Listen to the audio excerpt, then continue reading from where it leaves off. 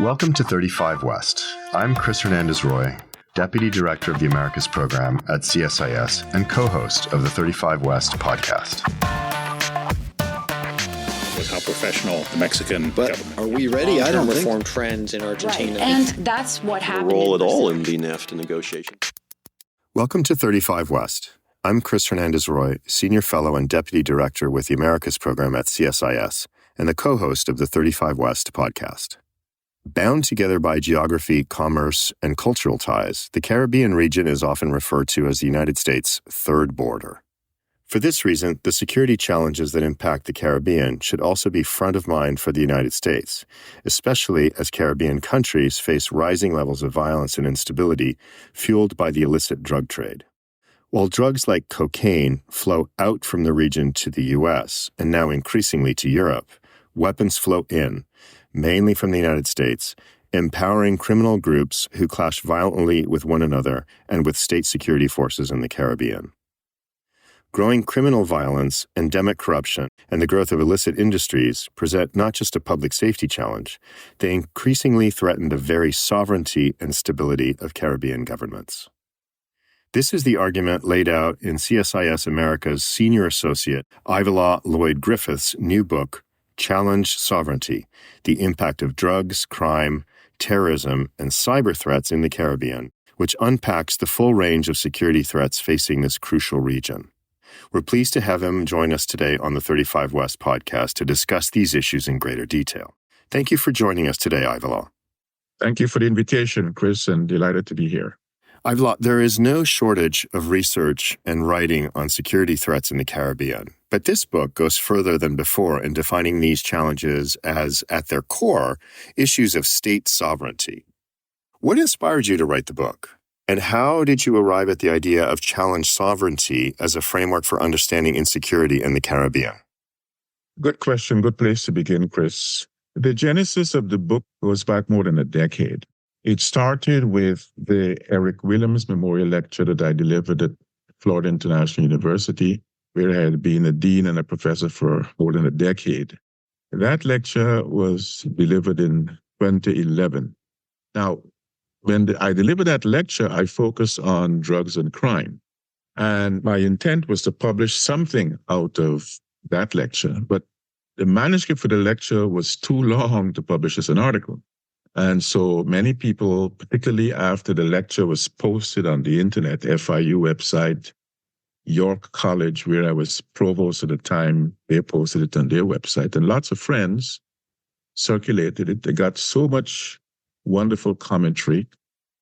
I said, I'll make a book out of this. And so I approached University of Illinois Press, and they granted me a contract. I was supposed to have turned in the manuscript in 2013. But, as they say, life happened, and I moved around, never finished the book. As a matter of fact, I was worried at one point that I wouldn't complete the book, given the fact that I was taking so long and the manuscript was supposed to be submitted in 2013.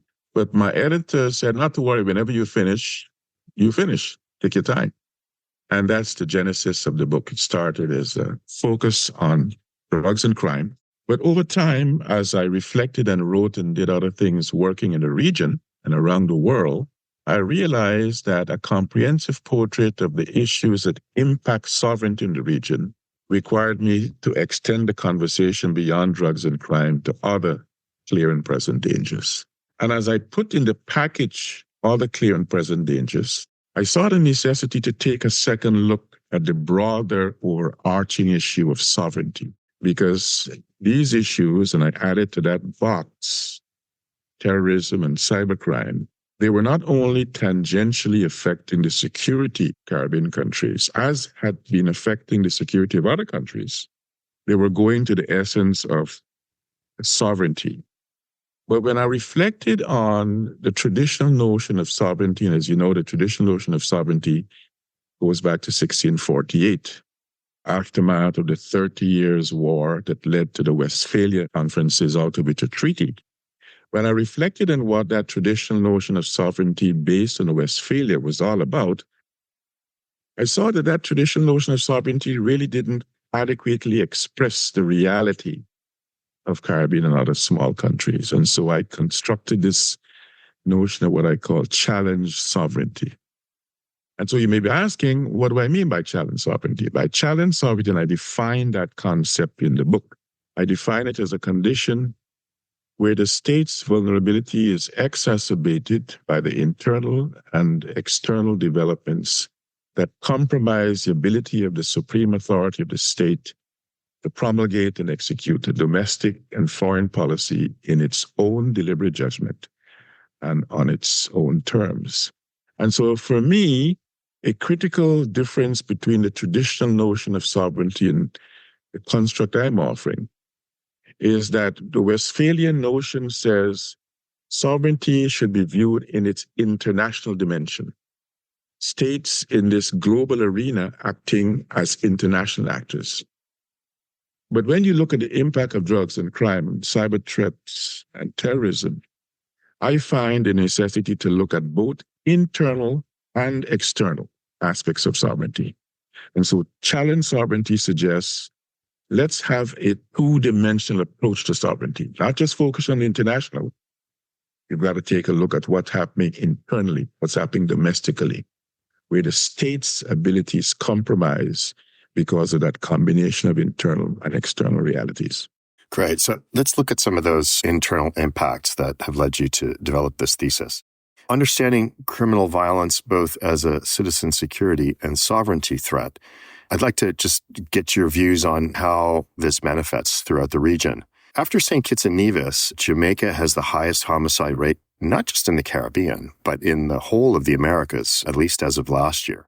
And Jamaica features heavily in your book with the story of the violence surrounding the arrest and subsequent extradition of drug kingpin Christopher Dubas Coke. How has the security environment in Jamaica evolved since then? And do the same dynamics still explain the country's current security crisis? Well, I think it's important, Chris, to take a step back to appreciate the Dubas affair and how it manifested then, and still in the aftermath of that affair, manifests a dramatic manifestation of challenge sovereignty. Because the Dubas affair clearly highlights the capability limitations internally, reflects the inability of the state to control the domestic landscape on a security and a political front. And even before I wrote this book, I wrote a book in 1997 called Drugs and Security in the Caribbean. And I had developed a notion called geonarcotic earlier, and I used that notion empirically in the Caribbean, looking at drugs and crime in the Caribbean, seeing how it's manifesting itself in geonarcotics terms. And when you look at the Jamaica case, you see the elements of geonarcotics going beyond security to sovereignty in the sense that one would expect that the average Caribbean country is in Kitts and Nevis or a Guyana or a Suriname. The state is in control of the domestic landscape writ large. Not so in Jamaica. And the Dubas affair highlighted capability, the structural capability limitations of the state. Dubas controls and other dons control parts of Jamaica's territory that were outside of the purview, outside the control of the formal state. Police and the army could not go to some of those Tivoli gardens that Dubas control or other dons control. It couldn't go to those areas without the permission of Dubas. You would go to Jamaica, you would think that, let's say you go to Montego Bay. Police can go there, the army can go there. Not so Tivoli Gardens. Why? Because there was an understanding in Jamaica, more so then than now, that there was a kind of relationship between the bad guys, the dons, and the good guys, the state. The dons helped to provide the basis for political exercise of authority. The dons enable political parties to get votes so they can win power. Once they win power, the government gave contracts to the dons. The dons were able to maintain a legitimate business. Some of agriculture, some is contracting, fixing roads and businesses. But that legitimate business was only part of their operation. The real operation was in the drugs. And so you had the government being persona non grata in parts of Jamaica. Army, persona non grata in parts. The police, persona non grata. The state did not exercise control of the entire political and economic space. The Dons did. And so you had a volcano erupting when that arrangement wanted to be interrupted by the government. When, as a result of the extradition treaty request, and I have a copy of that treaty as an appendix in the book, the government was unwillingly, reluctantly saying to the Jamaican people, we need to have this guy, Dudus, sent to the United States. People of Tivoli Gardens and other areas that were in support of Dudus were up in arms. I still remember some of those signs. After Jesus comes Dudus. And so what you had in the Dudus affair was a confluence of the political and the military and the law enforcement erupting, largely because the government had the nerve to want to rupture that arrangement that had been there for decades, where you guys do your own thing with your ganja and your criminality, but enable us to have the votes so we can get into power, and then we'll work out a deal where we give you contracts and you do your business. And the loss of life, the citizenry, from the police and the army, significant enough where even many people in the Caribbean, rest of the Caribbean, didn't understand what had been that simmering volcano in Jamaica for decades. Challenge sovereignty. So for me, the Dudus affair was one of the most dramatic manifestations challenge sovereignty in the region. Now, thankfully, that whole episode necessitated the government taking a second look at the whole deal. You might recall that as a result of the episode and the significant damage, security and political, Prime Minister lost his job, new elections had to be called, a recalibration of political arrangements in Jamaica. And so the state is more sensitive to having these structured arrangements with the criminals that are part of the nation. The Dudus affair in Jamaica is one of the dramatic instances of challenge sovereignty in the entire Caribbean. Thankfully, there has been an attenuation in that arrangement, and the Dons do not exercise the kind of control over the physical space and over the political relations with the power brokers, the way it happened 2010, 2011, and the immediate aftermath.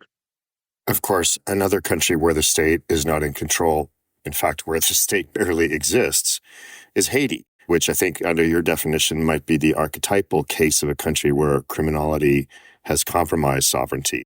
And it has echoes of the earlier situation you described in Jamaica, being that the gangs control different territories and are aligned either with the government or with opposition forces. And to some extent, they also try to generate votes for their patrons.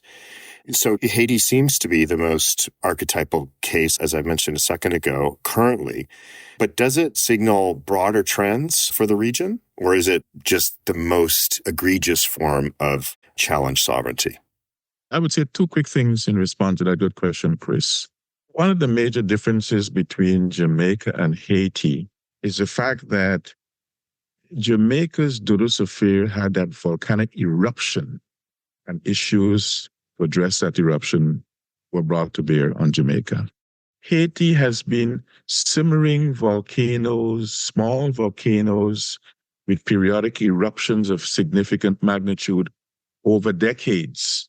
Mm-hmm. And while that simmering volcanic eruptions over decades has been happening, the broader community within the Caribbean and beyond has been having, not Haiti again, kind of almost we're tired of these circumstances and not paying significant focused attention. But here's another significant difference between Jamaica.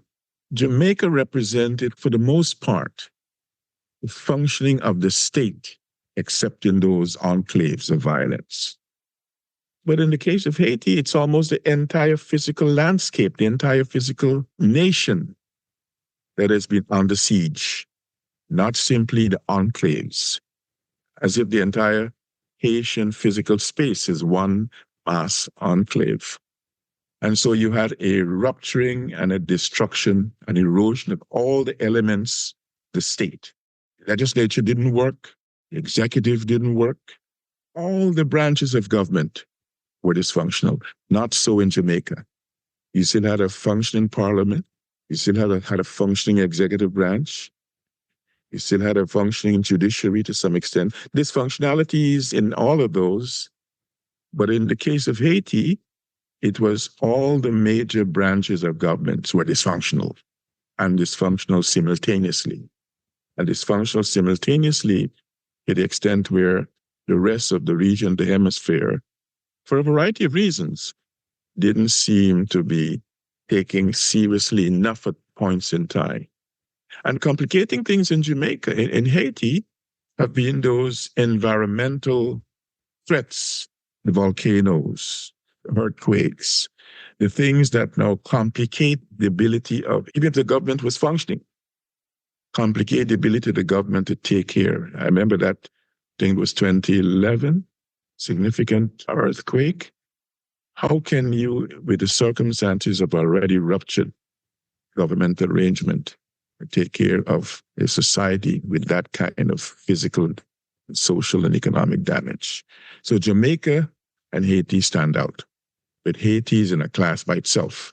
In the book, I describe it as the most extreme. I say on page 97, Haiti is undoubtedly the region's most dramatic case of challenged sovereignty because of the combined effects of political instability, economic destitution, out of control crime and violence, feuding gangs and kidnappings, most dramatic instance of challenged sovereignty. Right. And we should recall that the earthquake produced something like 220,000 deaths. So for a state that didn't basically exist or was very weak at the time to respond to a catastrophe of that magnitude it was beyond its capabilities. I want to turn for a second to part of the power of the Dons or of the gangs, perhaps even more so in Haiti. Maybe not just part of the power, probably the most important instrument of their power are the fact that they are armed to the teeth. And in fact, their firearms, their weaponry in many cases is far superior to what police forces in Haiti and in other countries in the Caribbean possess. A month ago, at the end of July, Caribbean leaders met at the last CARICOM summit, and they issued a statement. And in part, they said, and I'm quoting here, "We're deeply concerned by the levels of crime and violence in the region, fueled in part by firearms and ammunition trafficking," unquote. And they listed a bunch of other causes as well. As I said a minute ago, in Haiti, we've seen the gangs possess greater firepower than the police. Is this the case in the other Caribbean states? And more importantly, perhaps, what can the U.S. do to reduce the flow of guns that are trafficked, often from Florida, into the Caribbean? Thank you, Chris. Two parts to that question. I think what Haiti dramatically manifests itself in that nexus between guns and crime exists in varying degrees in other parts of the Caribbean, including the reality that in many societies in the region, the bad guys have more weapons than the good guys. But that disparity in firepower is only a partial reflection of the capability limitations writ large of Caribbean security forces. And the limitations extend not only insofar as firearms acquisition and use, it extends and includes the number of people who are arraigned as the forces in the police and the army. You know, one of the things I'd meant to do in this book, but I couldn't because the book was getting too big, is to look at the issue of private security in the region. In almost every Caribbean country, and Haiti is a more dramatic example of this, there are more people in the private security forces than in the public security forces. If you go to Puerto Rico, you find that reality. If you go to Jamaica, you find that reality. You go almost every place.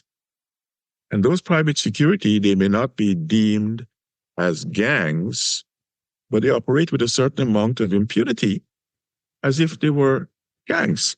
Yes, there are a few countries, Jamaica being one of them, Trinidad and Tobago being one of them, where the government over time has tried to regulate by creating a regulatory authority. But the harsh reality is that those regulatory authorities have, for all practical purposes, become just revenue extraction mechanisms. Governments are concerned about how much they can get private security companies to pay for the license to maintain the business, and not very much regulation as to about training, about use of force, about weapons possession.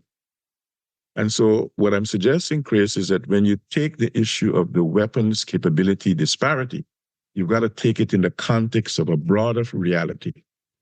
And that is the larger outnumbering on the part of the private, whether it's the gang, vis-a-vis the public, army, or the police. It is quite true that most of the weapons going into the hands of both the private and the public forces come from the United States. That statement from which you quoted is not the first time the United Caribbean countries have raised anxiety about the arms element of the criminality experience in the region. April of last year, Trinidad, as you know, has the CARICOM responsibility for security. And Trinidad convened a symposium in Port of Spain looking at the business of drugs and crime and weapons and crime, but significantly saying you've got to look at the issue as a public health issue, not simply as a criminal justice issue. And they issued a large statement, communique as they call it, laying out a 15-point plan. I did a critique of that symposium, and I asked a question then, which is still a pertinent question. What has happened since that statement by way of implementation? And I would ask the same question with regard to the smaller part of that plan regarding the arms relationship. Again, partly because of the capability limitations of the various countries, there has to be a significant reliance on the United States and other sources for providing the assistance to enable something to be done about the arms trafficking and other elements of the weapons reality.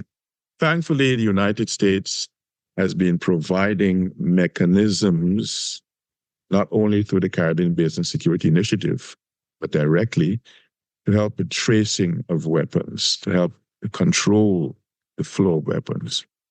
But as you know, the United States is caught between a rock and a hard place in some respects, because there is this thing called the Second Amendment where people take very seriously within the states their ability to purchase and sell arms.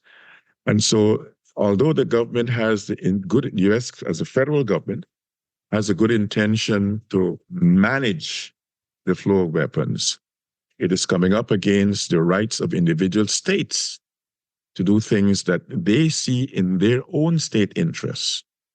And that's the reality of Florida, not only proximate the Caribbean, but having some serious different views about the Second Amendment and the right to purchase and buy arms. You might recall where much of the arms for the coup attempt in Trinidad and Tobago came from, Trinidad and Florida.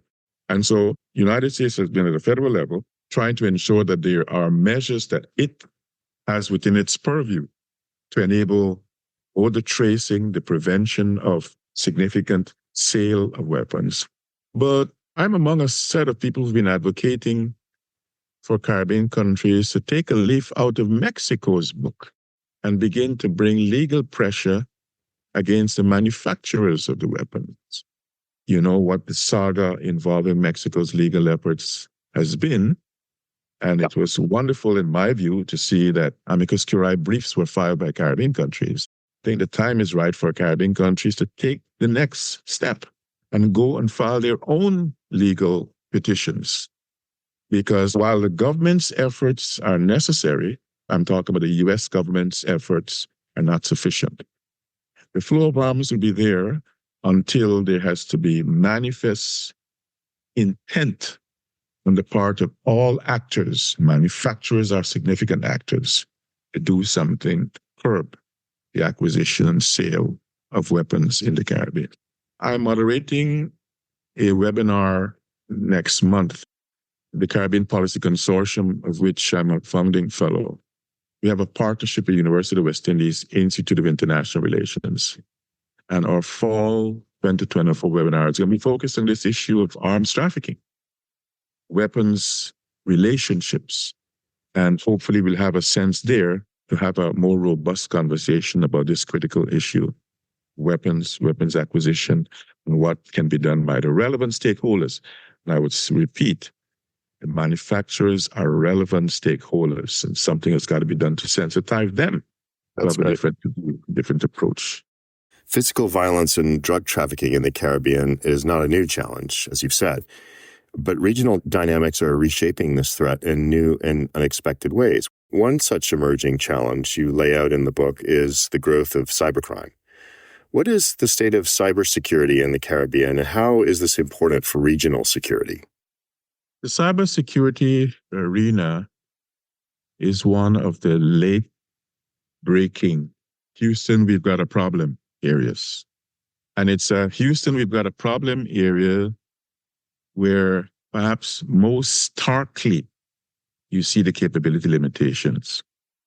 Because the capability limitations are not so much physical personnel as they are technological, as they are human training capability. And so it's a clear and present danger of a new kind. It's in the Caribbean. You see the challenge in the Caribbean as you see in other parts of the world, where what is reported is only the tip of the iceberg because there is a significant amount of reluctance on the part of the business community that are often targeted, reluctance to report. They fear exposing their vulnerabilities, whatever deals they may make privately with the hackers, the cyber criminals. They don't want those deals to be exposed to the point where there's a conversation within the CARICOM Impacts Implementation Chief of Security, which is based in Trinidad, beginning to recommend the governments of the region that it seems as though legislation is going to be necessary to mandate reporting, because unless you understand the danger you're facing, you really can't treat with that danger. I was doing a briefing for the relatively new U.S. ambassador to the Caribbean based in Barbados, U.S. ambassador to Barbados in the Eastern Caribbean. And I shared with him media reports out of very Barbados, where the business community is so worried about the impact. And he asked me if it's just a Barbados problem. I said, no, ambassador, it's not just a Barbados problem.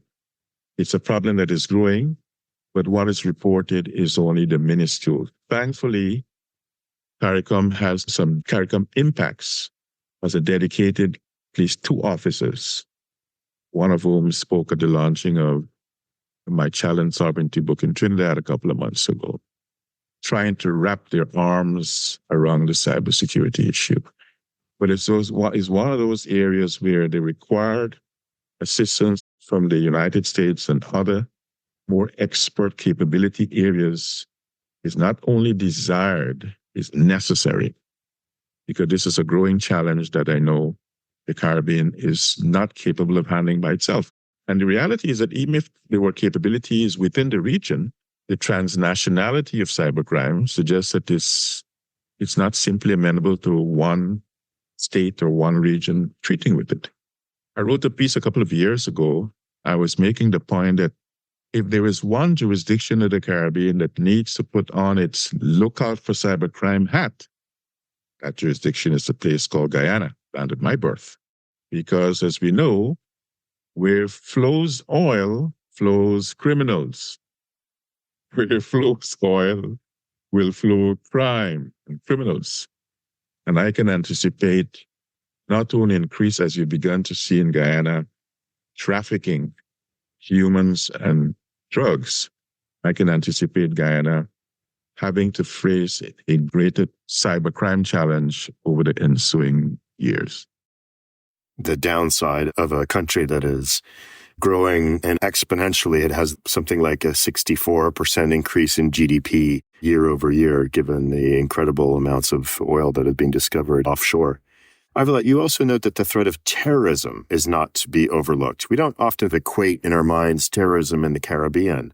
Yet, as you point out, Trinidad and Tobago has had some of the highest rates of Islamic State recruitment in the Western Hemisphere. Why is that? And are there other areas in the region that are more at risk for terror recruitment or even terror attack? In relation to your question, Chris, thankfully, no. As I said in the book, Trinidad has been a kind of anomaly. An anomaly, especially since it's not the only Anglophone or even Northern South American / Caribbean country that has a Muslim component. Guyana has it, Suriname has it. But you don't see any rush. You don't see the zealotry. Trinidad's role in this goes back to the 1990s. You remember 1990, while Saddam Hussein was doing his thing in the Middle East, there was a group called Jamaat al-Muslimin that tried to take power in Trinidad and Tobago. The Jamaat al-Muslimin has retained its strength, its zealotry over the decades. And although it is not a large physical number of people, there's an intensity to their zealotry that has meant they were willing to go beyond engaging in the domestic arena to see how they can follow the word of whatever their imams were saying, to go beyond Trinidad and Tobago. And so you found a trek for a number of years, a recruitment in many of the mosques, a trek to be part of the liberation of ISIS in a way in which you have not had that, the zealotry and the organization in other parts of the Caribbean. But I put that there because I think as we saw in the Caribbean in 1983, in the 1980s, things that you might think would be out of the bounds of possibility sometimes can become possible. Who would have thought you would have had a coup and overthrow the government in Grenada in the 1980s? Who would have thought you would have had a coup attempt by some Muslim radicals in Trinidad in the 1990s? So it's a reminder to Caribbean people and people who are interested in the Caribbean that there have been episodes of outside of the box, outside of the normal expectations of political conduct, military conduct in the region. And Trinidad has been a frequent reminder of those, no, it wouldn't happen here, kind of sentiment. But thankfully, I don't find the landscape domestically or elsewhere in the region to be conducive to the same kind of thing. As a matter of fact, a lot of people who recruited and who went to Trinidad quickly realized that the picture that was painted of their opportunities were not there when they got there. And they've been returning. As a matter of fact, several families have sued the government to Trinidad because they feel the government is not acting fast enough to bring their people back home. They're the ones who left Trinidad. And when they got to the Middle East, they found that it's a different kind of heat. We want to go back home. And thankfully, I don't anticipate Trinidad to be a model that will be adopted by other countries in the region in that respect.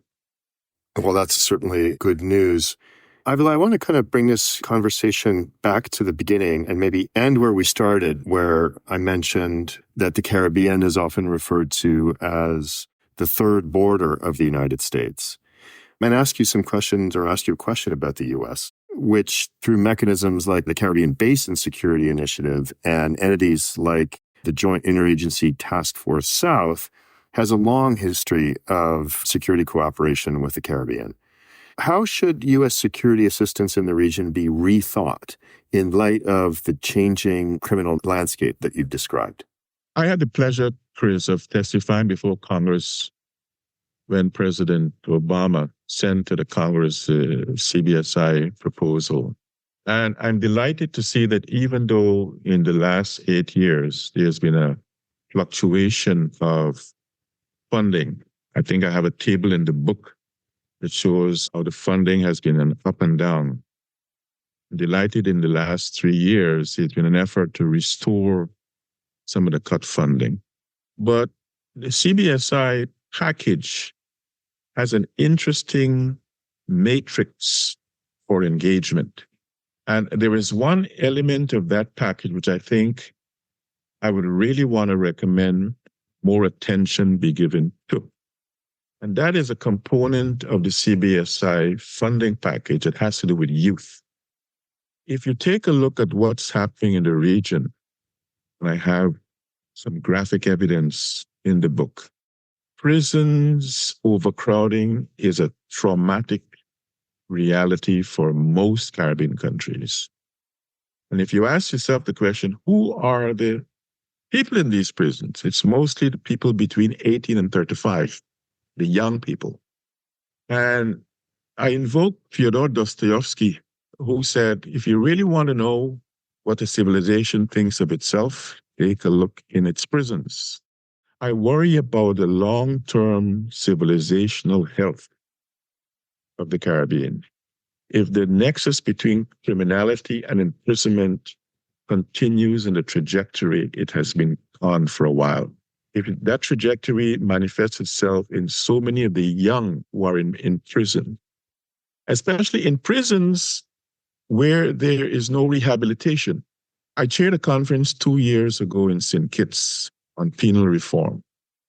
Chris, it was saddening to hear the reports from across the region. This is a conference that brought together prison chiefs, directors of public prosecutors, and other people in the criminal justice architecture of the Caribbean.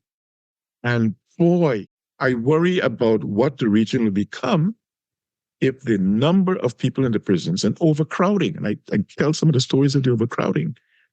And so I'm really hoping that one of the things that CBSI, insofar as enabling the security assistance to be retained, is don't cut those components.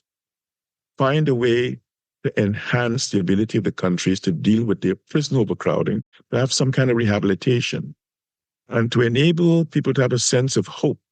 The recidivism is a significant challenge because there's no rehabilitation. They come out, all they know is the criminality, and so it's out of the prison, in the prison. So if there is one thing that I would love to see is an infusion of at least maintaining the funding and pay greater attention to the prison component, those youth that need skills training to make them productive, hopeful citizens in the region. I think that's an issue that we could all get behind. Ivelaw, I want to thank you very much for joining us on 35 West today. We really appreciate you taking the time to speak with us. And I wanted to congratulate you on your new book, Challenge Sovereignty, The Impact of Drugs, Crime, Terrorism, and Cyber Threats. Thanks again very much. Thank you, Matt. And that's it for this week's edition of 35 West. We hope you enjoyed listening and that you'll stay tuned for future episodes.